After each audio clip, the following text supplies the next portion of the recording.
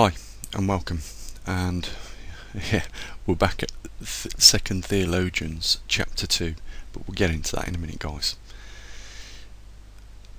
How many of you knew that I was dyslexic? I bet not many of you did. I bet only a few of the people that I regularly communicate knew that little secret of mine. It's not that when I look at words, I find them difficult to read. It's that they look like other words to me. It's weird. It's not anything to do with spiritualness. Well, at least I don't think so. But it is. I mean, I'm 41 years old, and despite regular reading, I think it has improved a little bit. But it has had some downturns in my life, and I'll tell you when it was studying at university.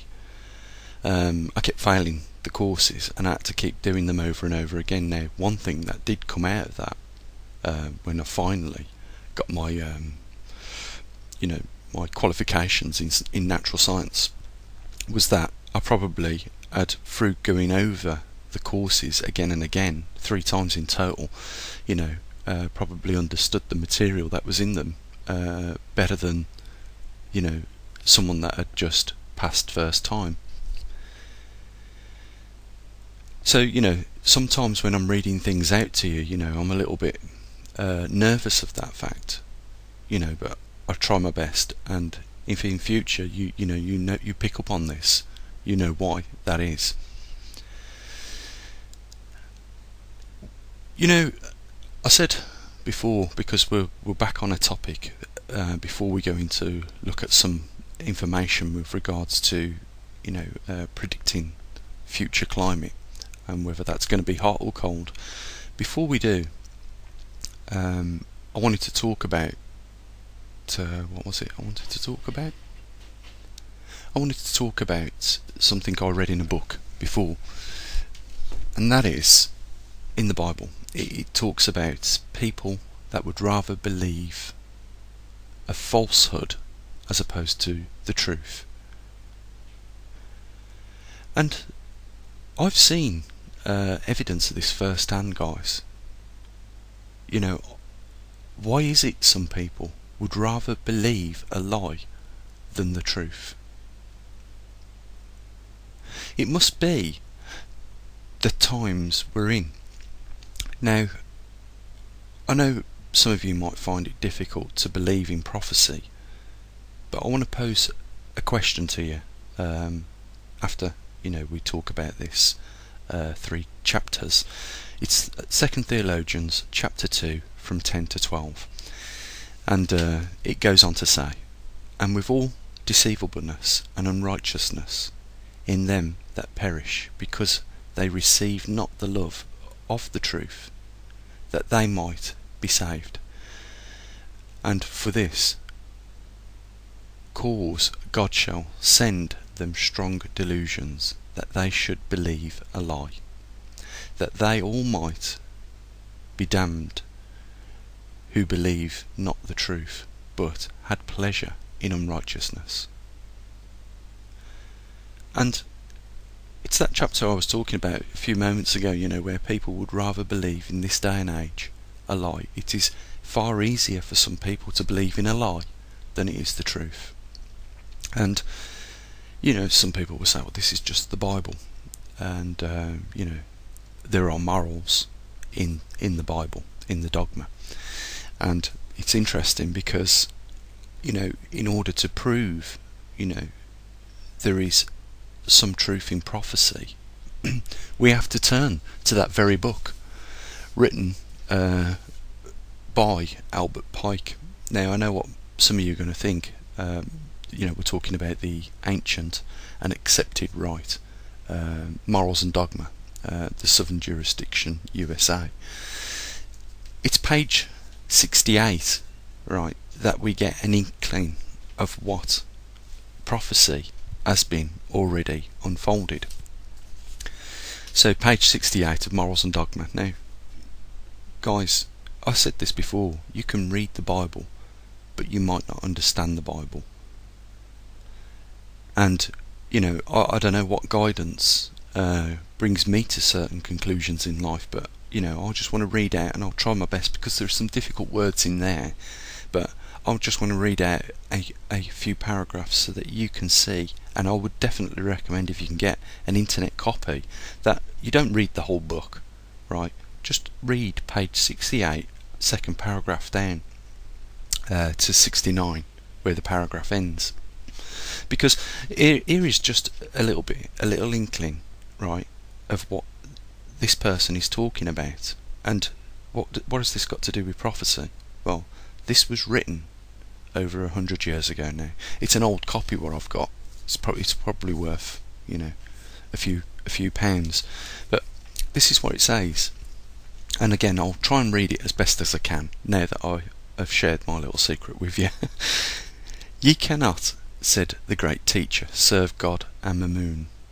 When a thirst for wealth becomes general, it will be sought for as well as dishonestly as honestly, by frauds and overreaching, by the knaveries of trade, heartlessness of greedy speculation, by gambling in stocks and commodities that soon demoralize the whole community. Men will speculate upon the needs of their neighbours and the distress of their country.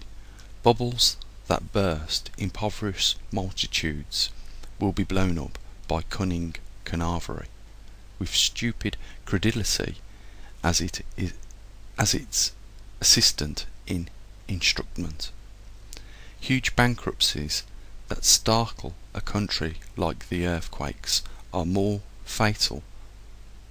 Fraudulent assignments, engulfment of the servings of the poor, expansions and collapses of the countries, the crash of a bank, the depreciation of the government securities prey on the savings of the self-denial, and the trouble with their depredations, the first nourishment of the infant and the last sands of life.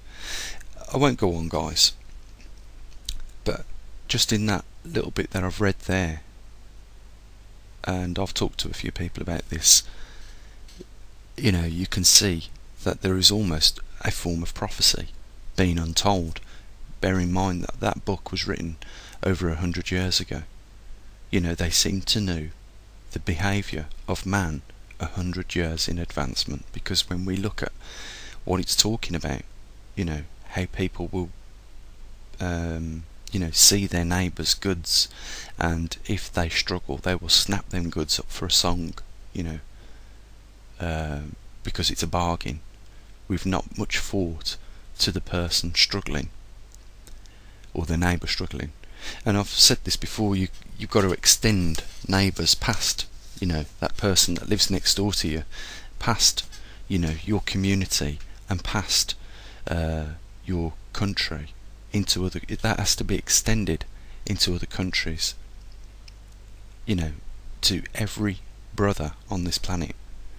You know, we cannot, although it is already taking place, I should say, then therefore we should not be behaving in this manner, because as it was witnessed 100 years ago, you know, the destruction was already set in its way for, you know, future behaviours.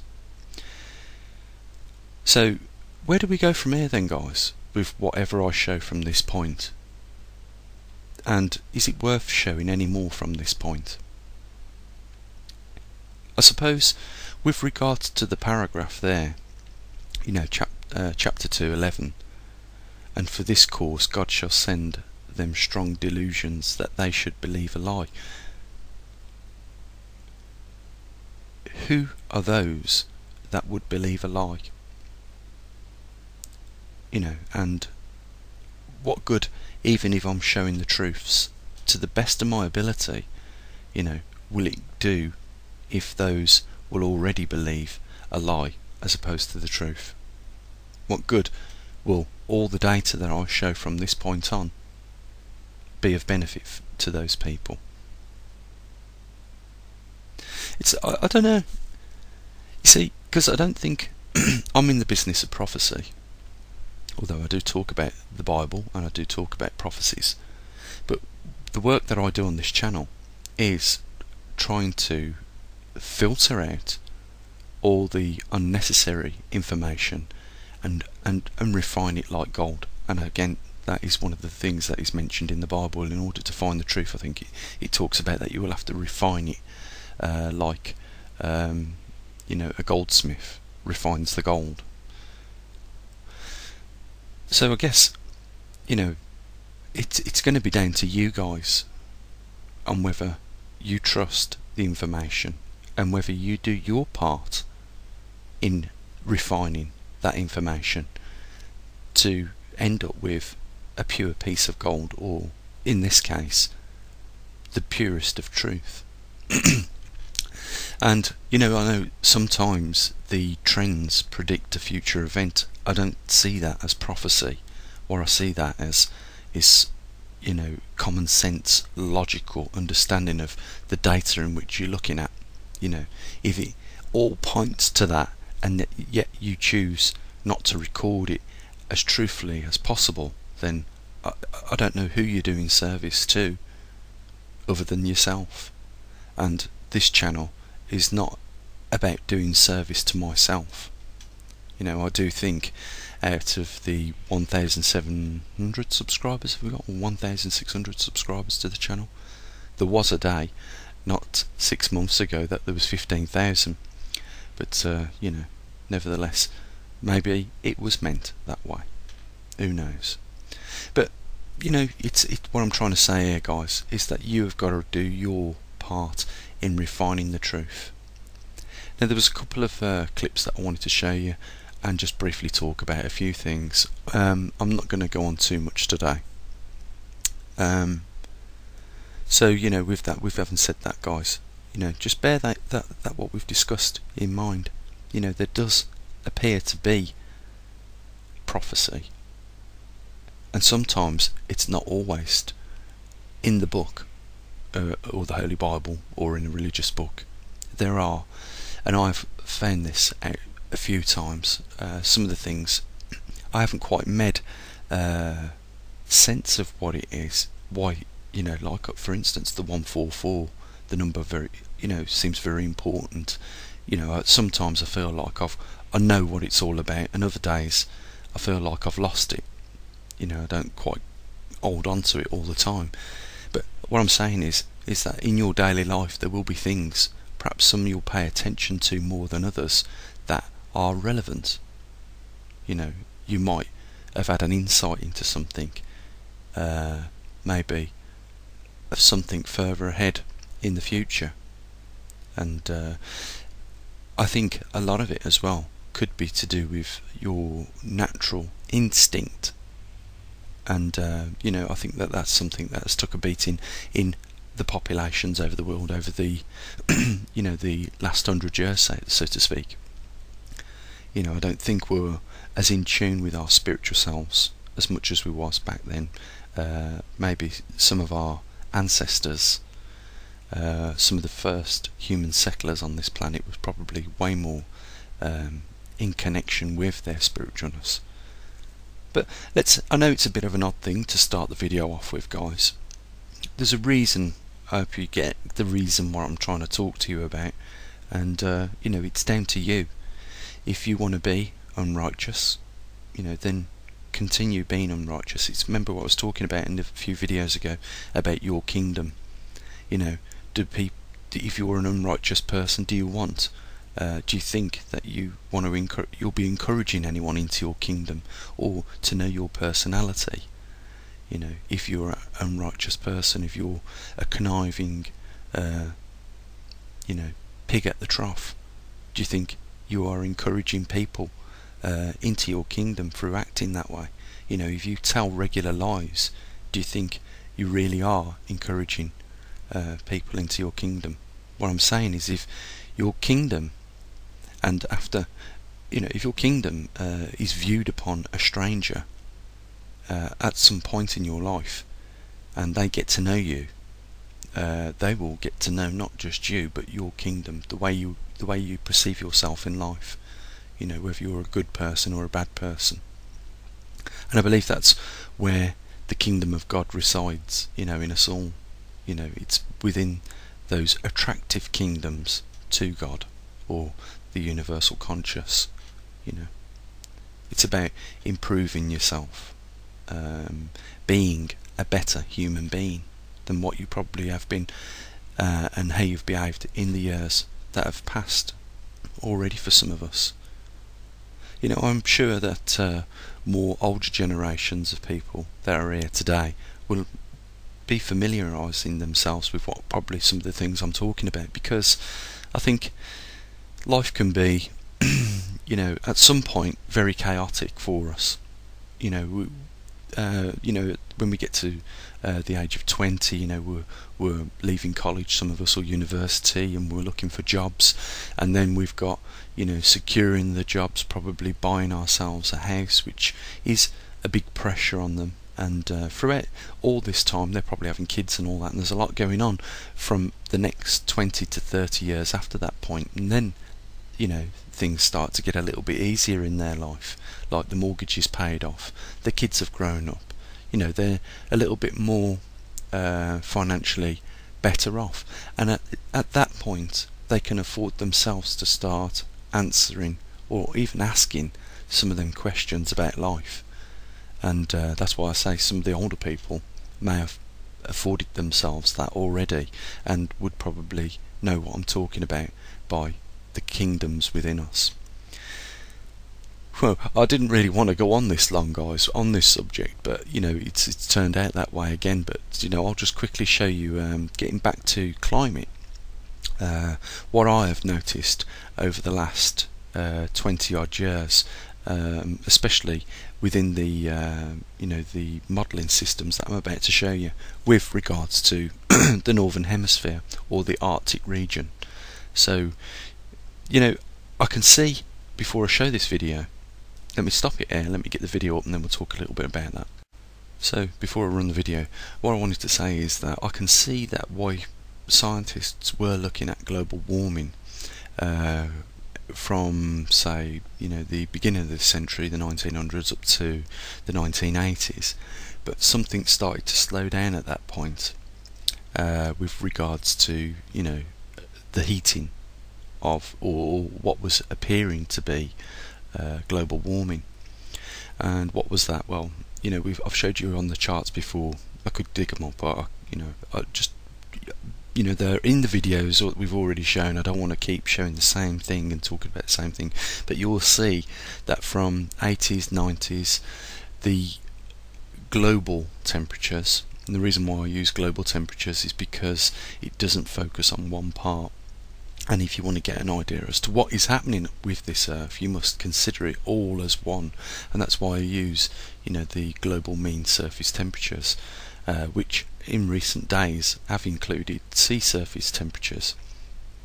And what I've noticed, at least from 2007, which you'll see in these two clips. Now, what will be happening in the clips as they go up through the years from the 80s onwards is that you will see on the left hand side, you'll note that it's from the 6th, and then on the right hand side you notice that it's always concerned at the first. So June and January, right, so of the year, and we can see what happens in the summer to the ice and what happens in the winter to the ice, and whether or not the Arctic ice is increasing over the years or decreasing. Now, if it was getting hotter, surely we would be seeing a decrease over the Arctic region of sea ice. We wouldn't see the territory of ice expanding over the Arctic regions during the winter, i.e. getting larger and larger, but that is the case, that is what we see. So I'm going to run the video, so just bear in mind we've got the summer over here and the winter, and then it stops, right, so that we can just see the winter on the right, and we'll go through the years as we go through during just winter time, so that we can see what's actually happening, not just in the summer but in the winter, but then we'll compare the winters with 2014, so that you'll see a gradual increase over the period of time. So let's run the video for you.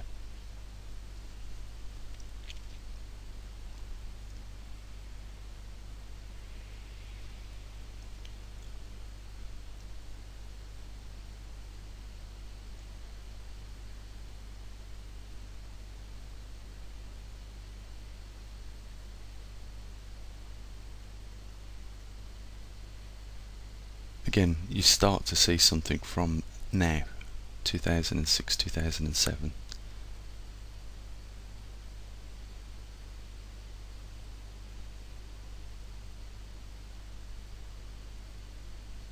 So you can see the comparison on the winter side, on the right hand side, but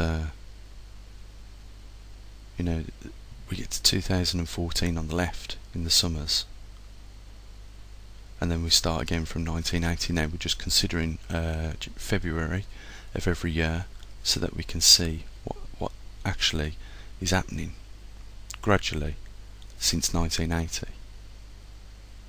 But we've left the 2014 on the right hand side because you can see the area that was covered in snow.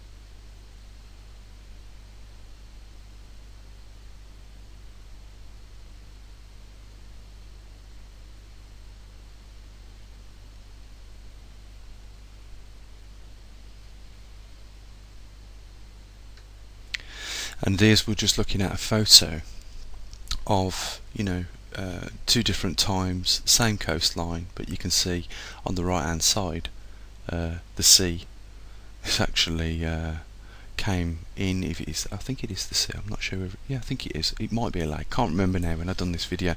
I've took this off of Maverick Star's channel, you know, my other channel. It's a shame because this is some of the videos that people are not allowed to see now, because they're pretty much everything on that channel, well, everything is on that channel. He's banned worldwide, and you know, we can thank YouTube and Google AdSense for that.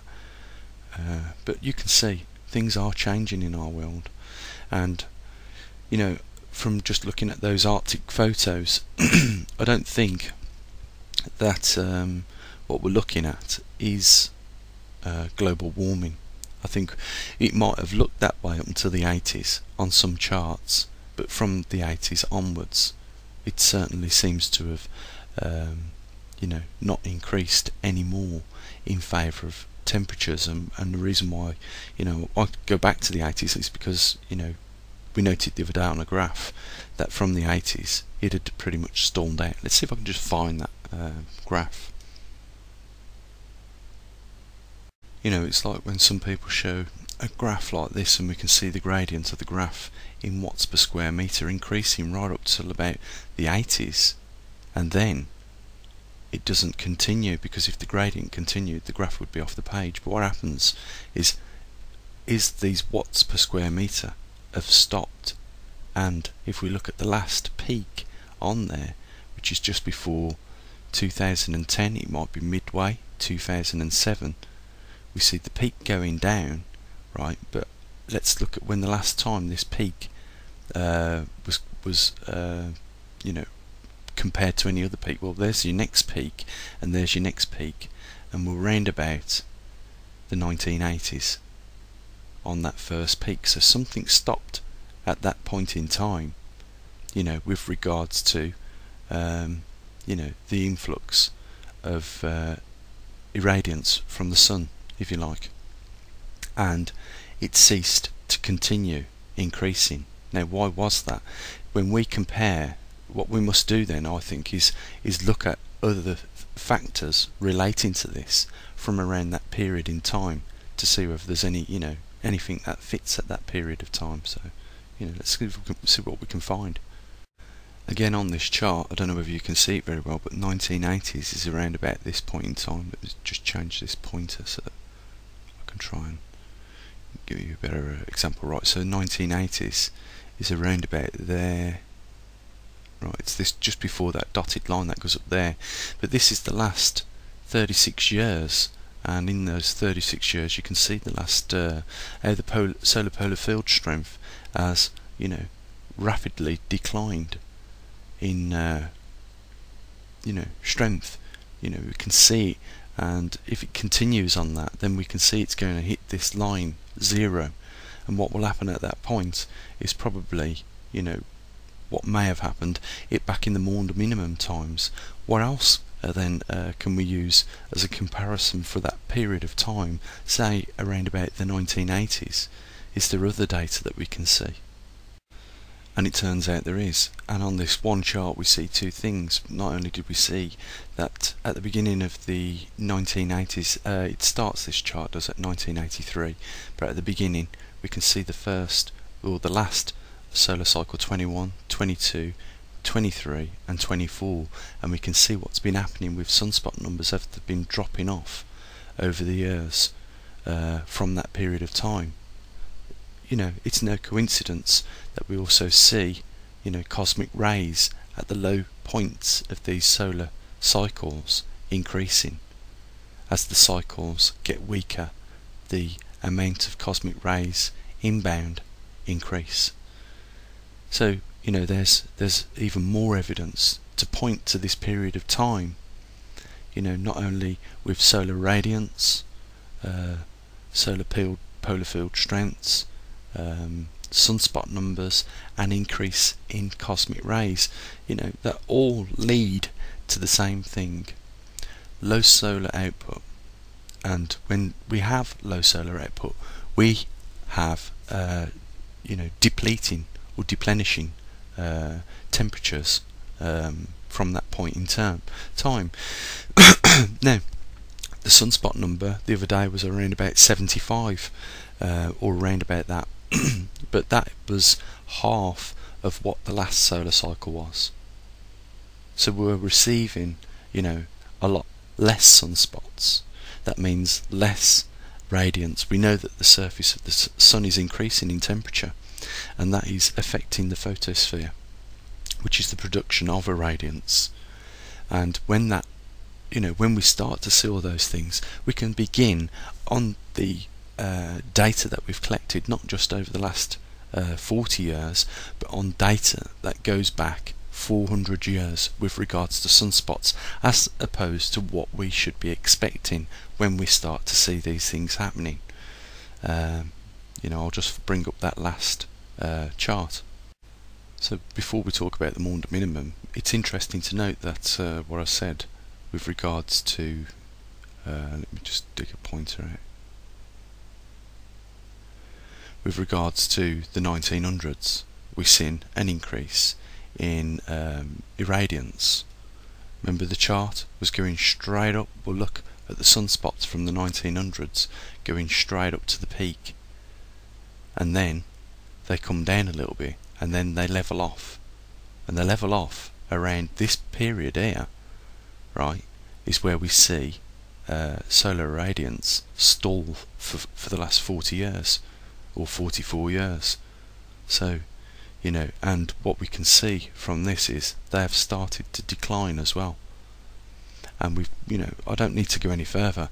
All I need to point out is that when they do reach 0, you know, temperature plummets from that point.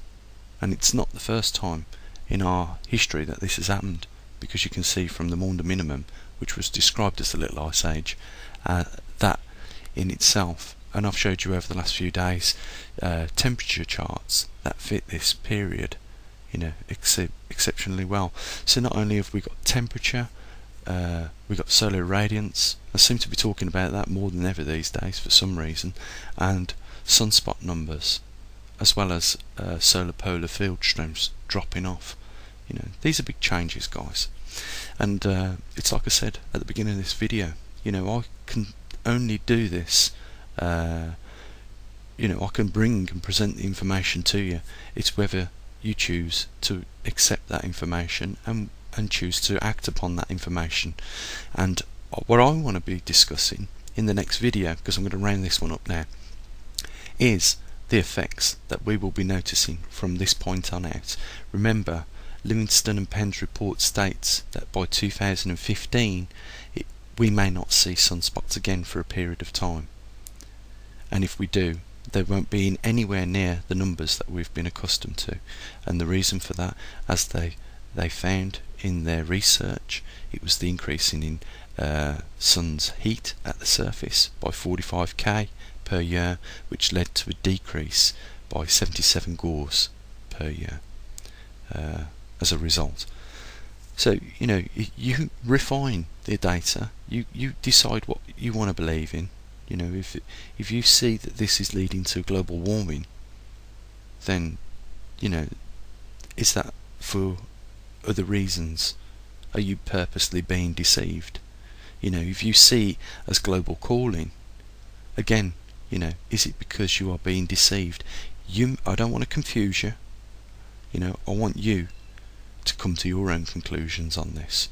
You know, what is logic for you? You know, and act according to it. Because if all this does come to fruition, then we have only got 6 months left of a reasonable climate.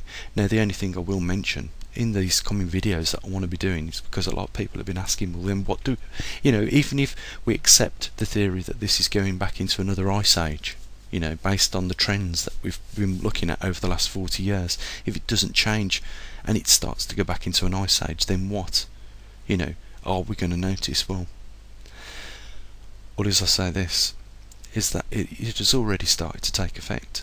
If you look or ask, you know, contractors of large growers in the United States, they will tell you that the growing season has already been reducing in time. It might be as much as a week before the season and a week after. You know, sorry, it's a week late at the beginning of the season and a week early in the season, that this season has become shorter, and this inevitably is going to affect crops. Now, that's just one thing. What does, you know, prolonged harsh winters do, you know, to the world? It just does not affect this time that, you know, it doesn't affect just the crops. It affects the infrastructure, and it's probably the infrastructure that is more fragile now than it ever has been, due to the high technological advancements in distribution systems. That is what's going to be the topic of the next coming videos, guys. I've got to say this, I apologise for keeping you, you know, as long as I have on this video, but you know, I suppose you know, you'll make of it what you want anyhow. I feel a little bit disheartened, I've got to say that, I do, because I do understand one thing these days, is that, you know, you can tell someone the truth and they won't believe it, and someone can tell them a lie and yet they will believe that more so, you know, and it's saddening. Even if the person knows that they are being deceitful, even if they knew they wasn't being deceitful, right, or the information that they was talking about wasn't accurate, but even when it was made clear to them that that information was inaccurate, and they still persisted to push their, you know, their view on things, knowing that they was incorrect from that point, is I've got to say, is disheartening. You know, because there are a lot of people in the world that are searching for the truth, and they believe they're getting the truth from certain places, and the reality is they're not. And it's a crying shame, you know, when someone sets out on an expedition to achieve something, that they're being misled in the first place on what the expedition was to, how it, you know, to the rewards of that expedition. I'm pretty sure you'll understand what I'm talking about, guys. Listen, you know, make of it what you will. If you feel you need to prepare, then maybe that's what you should be doing. That's what I've been telling people to do for a long time. You know, there's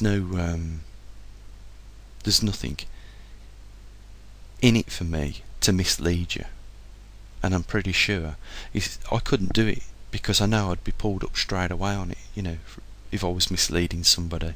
You know, I don't like being. Sometimes people accuse you of being, you know, promoting fear. You know, it's not the case. Guys, I'm going to put my link down there if you want to support this channel. It could do with some financial support. There's a few things that I want to get that you guys as well would benefit from me getting. You know, if you want to support the channel with a monetary contribution of any amount, you know, the link will be down there, and that keeps me motivated enough to keep doing these videos for you. It's not the sole purpose of the donations. You know, that is to improve the channel and, you know, the work that we do, and make it more interesting for you guys. Having said that, I'm going to say what I usually do, guys. Bye for now.